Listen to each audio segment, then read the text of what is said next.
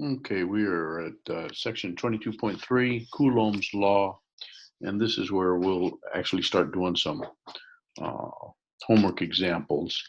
Um, let's start with uh, the PowerPoint. Charles Coulomb, let me change what I'm looking at here. Charles Coulomb, he was from 1736 to 1806. He came up with this little device for measuring the charge. You can see that um, and the little pink particle A is balanced with a counterweight on it's a little on a fiber, and then you can put a charged particle B in there, and depending on how A was, whether it was positively charged or negatively charged, the torsion would either attract or it would repel, and you could measure how much repulsion or attraction there was, what the force was. Um, so Charles Coulomb was the one that developed that. And there's Charles Coulomb. He was a French physicist from 1736 to 1806. This is on page 593. I don't know that you have page numbers um, on the electronic textbook, but you should have the same information. It's section 22.3. So he came up with the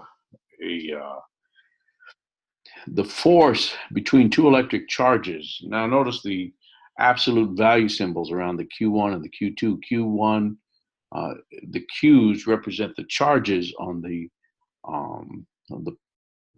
particles that we're measuring.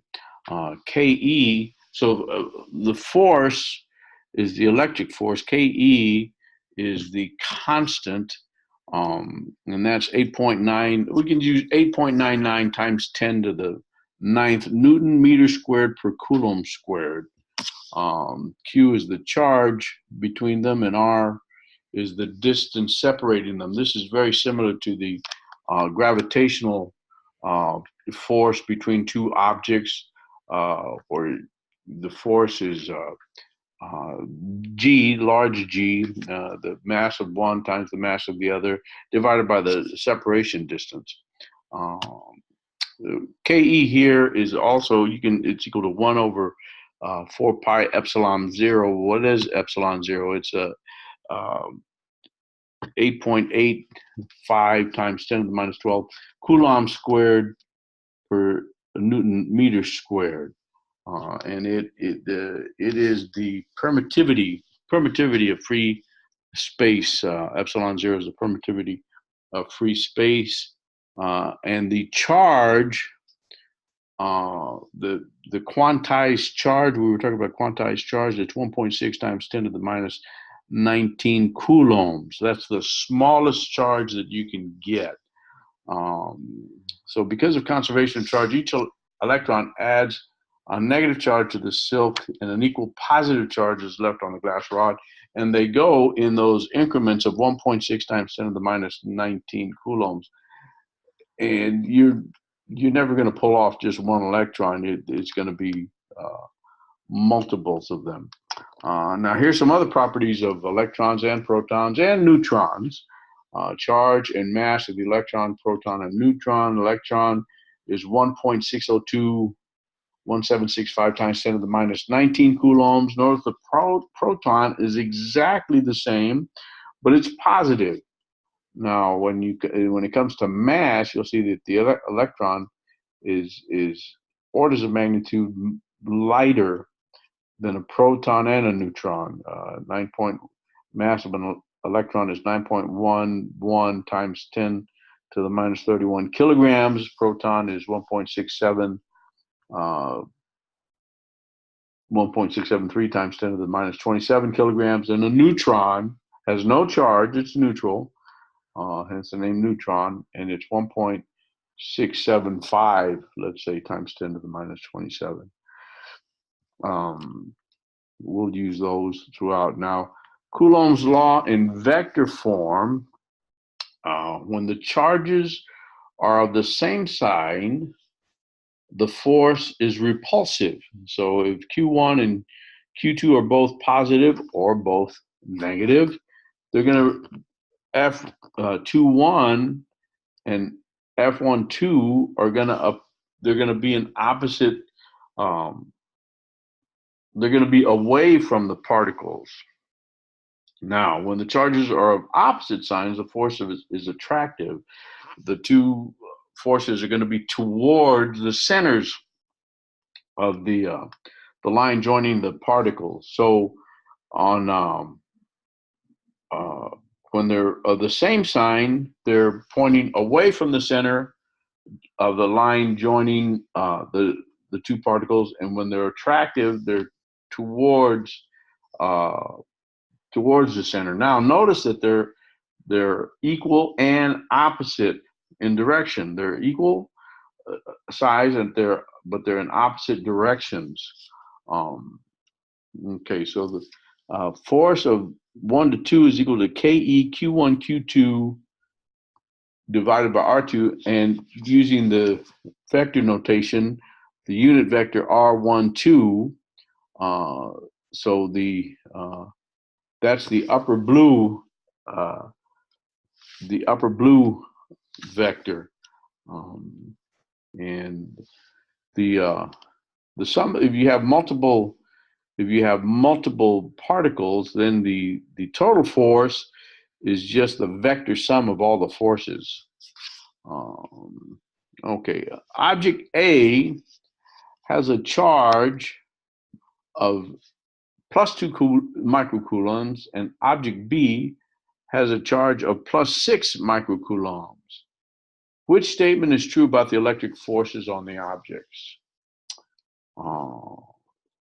Is the force BA 3 times, but in the opposite direction of FAB? Is FAB equal to minus FBA? Is it the 3? Is it reverse? 3 FAB is equal to minus FBA, and so on. They give you the choices. Well, from the what did I say in the giving away the answer? But if you look, F21 and F12 point in opposite directions, and F21 and F12 on the right side point in opposite directions, only towards each other.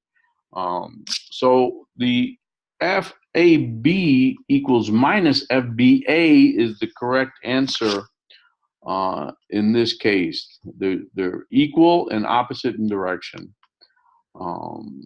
Okay, and that's let me do some problems here. What happened? Okay, let me see if I can continue.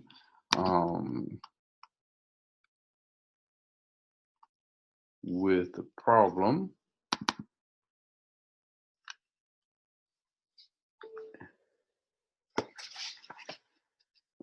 Now let's look at the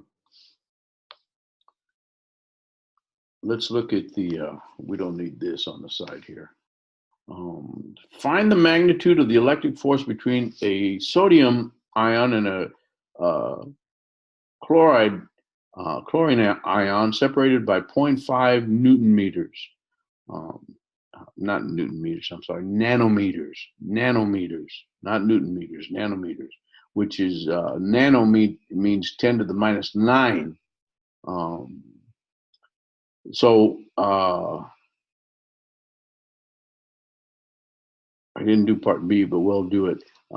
So the formula is FE equals KE Q1 Q2 divided by R2. So it's 8.9876. I wrote the whole thing out, times 10 to the 9th Newton meter squared per Coulomb squared, times the charge of 1. The sodium atom the sodium ion is positive, so it's got a charge of 1.6 times 10 to the minus 12 coulombs, and the chlorine ion has a charge of minus 1.6 times 10 to the minus 12 coulombs, and they're separated by 0.5 times 10 to the 9 meters, and you have to square that. So if you multiply that out, now the absolute values sign here, these are the absolute value signs. Those are those take away any plus or minus, or they make everything plus. If you go through that, you'll get 9.23 times 10 to the minus 10 newtons. Now, notice that the meter squared, oops, wrong one. The meter squared cancels the meter squared here, and the Coulomb squared cancels the Coulomb there, and all you're left with is newtons. So that's how the units work out. Now, would the answer change if the sodium ion were replaced by a lithium and the chloride ion by bromine? And the answer is no. You would still have, because you'd still have a positive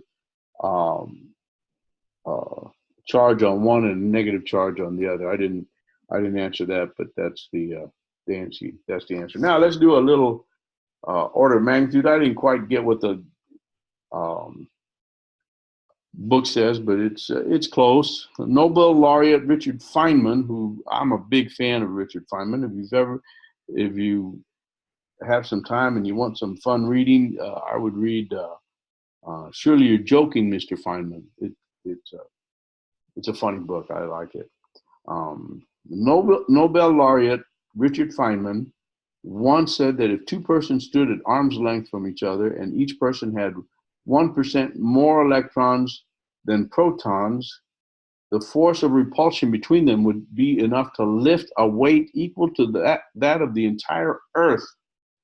Carry out an order of magnitude calculation to substantiate this assertion. Well, I just did a Google search of the number of atoms in the human body, and I came up with 7 times 10 to the 27 atoms. If just 1% of these had an extra electron, and then that's 1% of 7 times 10 to the 27 is 7 times 10 to the 25. Arm's length, the way I interpreted that they're each at arm's length, so they both extend their arm out, and you get a length of 1.2 meters about. I mean, I'm just estimating.